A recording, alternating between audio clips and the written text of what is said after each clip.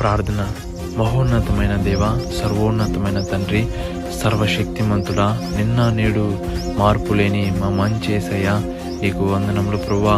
ఏది మారినా నీ మాట మారదు తండ్రి, ఏది ఆగినా నీ మాట జరుగుతుంది ప్రభువా.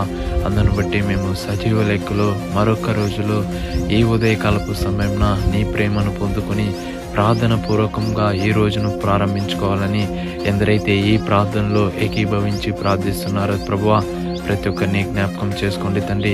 ఎక్కడెక్కడైతే క్యారల్స్ వెళ్తూ మీ ప్రేమను అనేక మందికి తెలియపరుస్తూ నీవే లోక రక్షకుడవని, నీ యందే రక్షణ ఉంటున్నదని, నీ యందే నిత్య జీవం ఉంటున్నదని అనేక మందికి నీ ప్రేమను తెలియపరుస్తున్నారు ప్రభువా.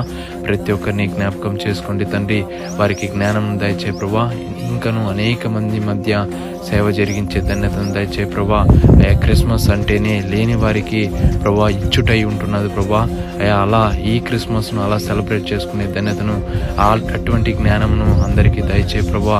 లేని వారికి ఇచ్చి అయా అది నీకు ఇచ్చిన రీతిగా ఉంటుండగా ప్రభువా, నీ నామానికి మహిమ ఘనతలు తెచ్చే బిడ్డగా మమ్మల్ని మార్చు తండ్రి. ఈ రోజును బట్టి వందనములు తండ్రి. ఈ రోజులో ఎందరైతే రాకపోకలు అందుంటున్నారో మీ తోడు, మీ మహాకృపను దయచే ప్రభువా.